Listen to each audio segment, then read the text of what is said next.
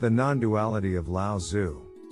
Lao Tzu was a philosopher who lived in ancient China during the 6th century BCE, and is credited with writing the Tao Te Ching, or Tao Te Ching, one of the most important texts in Taoist philosophy. According to legend, Lao Tzu was a contemporary of Confucius, and served as a keeper of archives for the royal court. Before retiring to a life of solitude and contemplation. As the story goes, Lao Tzu had grown disillusioned with the corruption and chaos of the government in ancient China, and decided to leave the city of Luoyang to live a life of solitude. As he was passing through the city gates, a guard recognized him and asked him to write down his teachings before he left.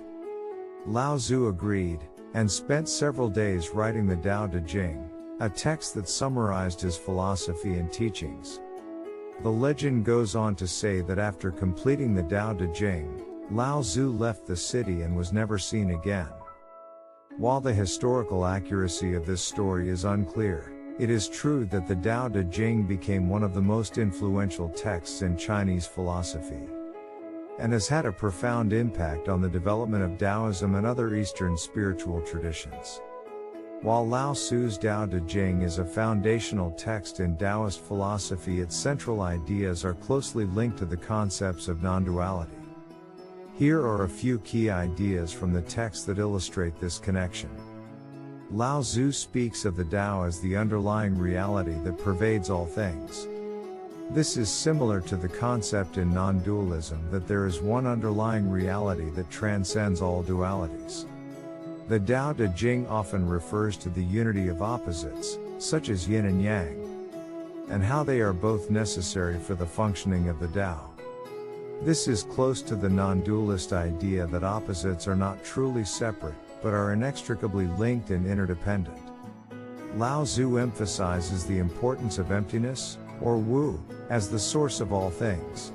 This is the same as the non-dualist concept of emptiness, which refers to the idea that all phenomena are ultimately empty of inherent existence.